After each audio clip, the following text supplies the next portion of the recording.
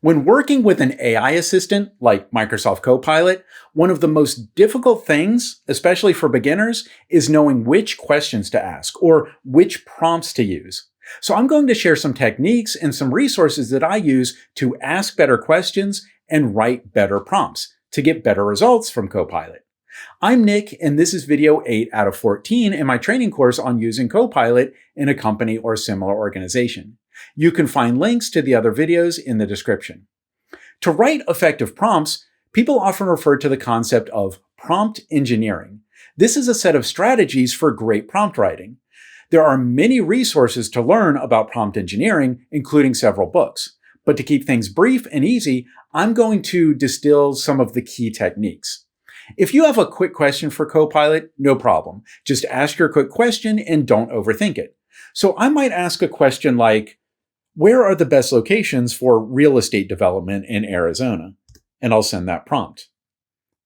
But this is actually not such a simple question, and we can get much more robust information by reworking the question. To do that, it helps to break that request into components. And here are some common components: role, goal, context, expectations, and sources. These are common components used in prompt engineering. This is not the whole story. You may hear of other components, but let's start with these and see how I might rewrite the question. To start, I might write, you are an urban developer with 20 years of experience. I'm giving Copilot a role. I want it to answer questions the way that person would answer questions. Next, I'll tell it, I want to identify locations that may benefit from retail and community-based redevelopment. This is my goal. The more detail you can offer in the goal, the more likely Copilot will find information to achieve that goal. Next, I can tell Copilot, your recommendations will focus mainly, but not exclusively, on the American Southwest region. I need to be aware of available resources, tax incentives, and government oversight. If I only want answers related to Arizona, I can specify that. If I want to expand to the Southwest region, I can specify that. Context gives scope to your request. Next, I'll tell Copilot to give me detailed responses, but finish each response with a concise overview of the information in a bulleted list. These are my expectations, telling Copilot what I want and how I want it formatted. Some people would identify the format and the tone as separate components, and that can be helpful, but I've rolled all that into my expectations here. And finally, consider sources you may have. If you just want Copilot to find whatever information it can from the internet, you don't have to worry about sources. But if there are specific websites you want it to refer to, then tell Copilot that in the prompt. If you have specific documents or pictures you want Copilot to use as sources, be sure to add those. In another video, we saw how to include pictures and documents in a prompt. Using all of these components, we have a longer but much more effective prompt. I have that full prompt here written and ready to go in a new chat, including all of those components, and it finishes with the original question I wanted to ask. It certainly can take more time to write a robust prompt that uses each of these components, but let's see the results that Copilot gives me. I think I got much more focused and useful results here. And you don't have to always use every component. Just use the components that you think will be most helpful for your task. And we've also established valuable context, so I can continue in this chat with follow-up questions and more requests, which will all be addressed according to the context that I've set. Okay, so prompt engineering and breaking a prompt into components. Those are valuable, but there are more resources.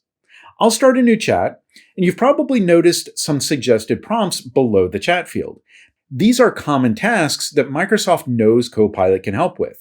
Looking at these suggested prompts, or even trying some of them, can help you learn what Copilot can do. You can also click the See More button to see more suggested prompts. You can click on any of these to give them a try, and you may need to fill in extra information to complete the prompts. But once you do, go ahead and send it and take a look at the results. Even if you're not interested in this topic, it doesn't cost any extra to try them and start to learn how Copilot works. Now, Copilot also offers suggested follow-up questions. So even if you start a chat, Copilot can help you explore additional angles. Next to our suggested prompts, there's a View Prompts button, which opens the prompt gallery. Or if we start a new chat, then click See More, At the bottom of all of these suggested prompts, there's a link here for the prompt gallery.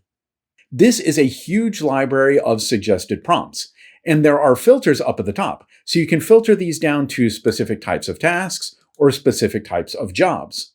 And if you find any that you really like or that you want to take the time to explore later, you can click the bookmark icon to save it. Then you can switch to the Your Prompts tab at any time to try those saved prompts. The Copilot prompt gallery and prompt engineering, or just breaking prompts into components, are great ways to learn how to communicate with Copilot. Of course, there are other strategies, but do not underestimate practice and time. Think about how children learn to talk. They listen to people and try to talk little by little. And the same works with Copilot. The more time you take chatting with Copilot and paying attention to how it responds, the better the results will be. Remember, this video is part of a full training course. This is video 8 out of 14. The links to the other videos are in the description, or you can access the playlist on this channel.